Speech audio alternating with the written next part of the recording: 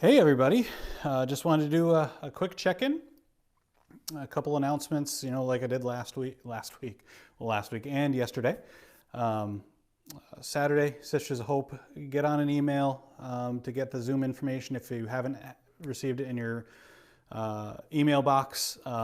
So you ladies can meet together on Saturday at 10 a.m. over Zoom and do your study and enjoy some at a distance fellowship as we long for the day when we can be in person with these things. And we are praying for that. Continue to pray for wisdom in our church family and leadership as we move forward with in-person stuff and property stuff, from lines being marked out for paving and actual paving and other things that are continuing to go on even though things are slowing down and at a distance. And be in prayer for tonight's Light the Night, and please attend. We want to have you and interact with you. Eric and I really have enjoyed these times, and I pray and hope you guys have as well. I'm trying to think if there's anything else. The Defenders class, the notes are up on Facebook, our Facebook page. I emailed them out yesterday to help you prepare. There is a video that Pastor Steve would love you to watch in preparation. So again, if those are things you'll need, they have been emailed out, but we can email them out again if you missed that. I will be sending this update out in an email with those links again today before the end of the day, before Light the Night, as a reminder of things.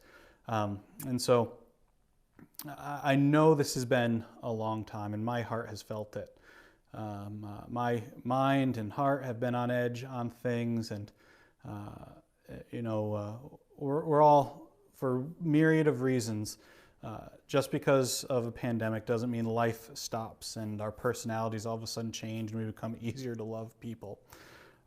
And so I want you to know that tonight's, as we talk about Mark of the Beast and we talk about what is the Lord doing, it's not, there's some teaching there and possibly some correction if you agree with me and my understanding of what the text says. But in all of this is a love for one another, even if that love comes off wrong and we have relational issues.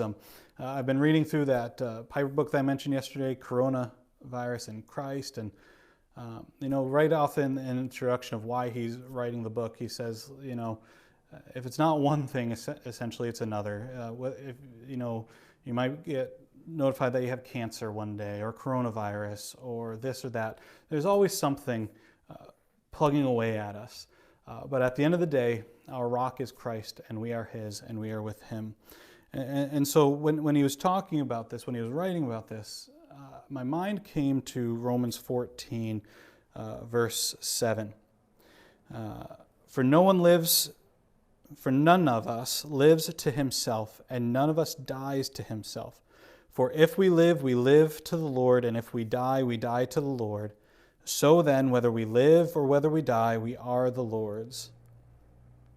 For to this end Christ died and lived again, that He might be Lord both of the dead and of the living. Regardless of what we encounter, broken bodies from sickness, broken bank accounts because of loss of job or lack of wisdom in finances, whether we find ourselves in broken relationships because of marital issues or personality issues, or all of these things, we are the Lord's, and He guides us to trust in Him, to find ourselves in Him. And the context of that being said is in the idea of relationship and not passing judgment on one another. And that's really hard when stress levels are here and there. And so I want you to know I came out pretty strong yesterday on the update video. And my intention was, because I'm passionate about this stuff, and I'm really, in my own life and own heart, worried about the church at large, not just Blessed Hope, but the church at large, and what stress,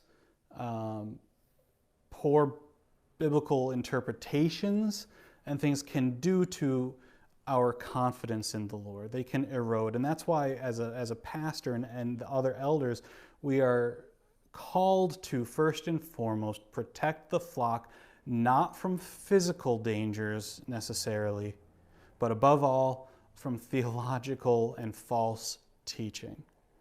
And so, regardless of what the mark of the beast is, or who is the beast, or all of these things, we want to make sure that our understanding of those things do not produce fear, but it produces faith and a confidence that Jesus Christ has us.